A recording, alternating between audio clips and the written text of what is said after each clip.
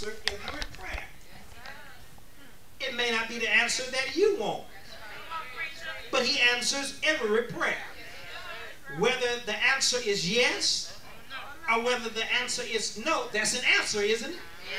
If you say, Lord, give me this, and Lord, I need this and that, he may say yes. But you say, I want it right now.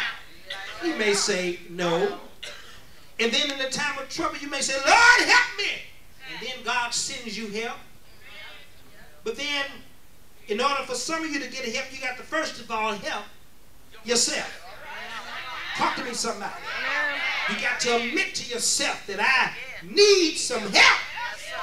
Whatever it is that I'm going through. So prayerlessness in verse number 2 in the B clause, but only some of our prayers are not answered because of our prayerlessness. But then verse number 3 lets me know that some of our prayers are because of our selfishness.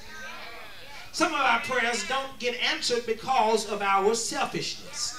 Look at it, it's right here in the text. It says, ye ask and receive not, because ye ask amiss, that ye may consume it upon your lust. Doesn't that sound like selfishness? Sisters and brothers, your prayers haven't gotten answered because of your prayerlessness. You cannot get an answer to prayer when you haven't prayed. But then your prayers haven't gotten answered because of your selfishness. And prayer does not exist so that we can have our wants glorified, because we can expect the Lord to meet not our wants, but he said that he will meet all of our needs, but not to finance our greed. God will meet your need, not to finance your greed. I said God will meet your need, not to finance your greed. Whatever it is that you're greedy for, whether you're greedy for money, you want to hit the jackpot, you want to hit the lottery, you want to hit something that is a problem to yourself. You want it, and you want it right now. You say, Lord, let me win that 88 million. I got to have it. I got to win this pick 4. I got to win this pick 3. Lord, let me get it right now. But the Lord meet our needs, not our wants. He meet our needs, but not to finance our greed. Anybody in here greedy for something? Yeah.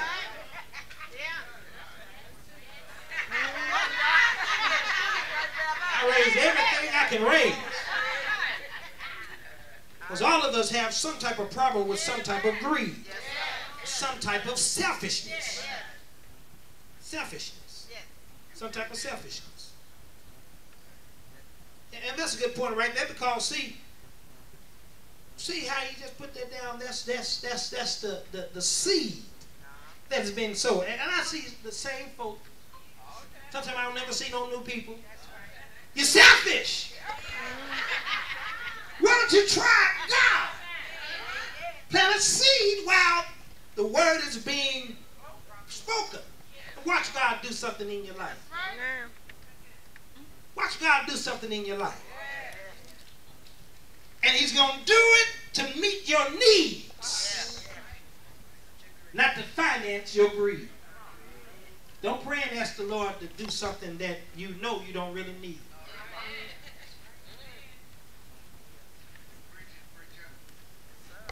A lot of things that we have, we don't deserve it.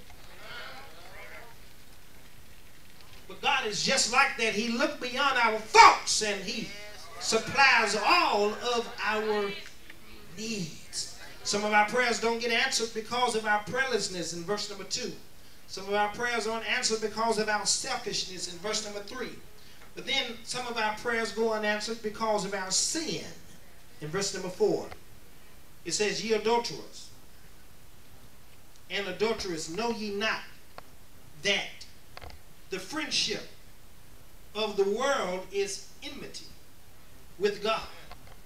Whosoever therefore will be a friend of the world is the enemy of God.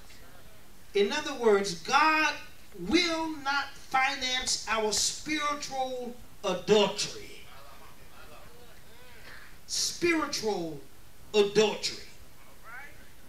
Spiritual adultery.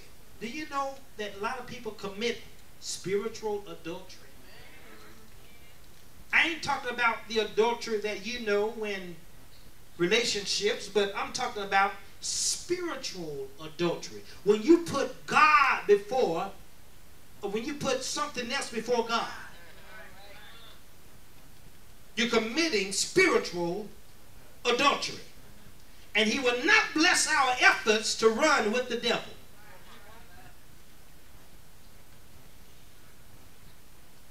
He will not bless mess.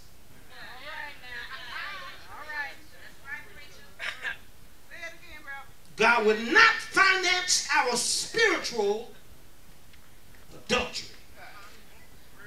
When you put something or someone else before God, you want God to do something for you. What are you willing to do for God? Talk to me a little while. Don't hang up the phone on me now. Y'all talk back to me a little while.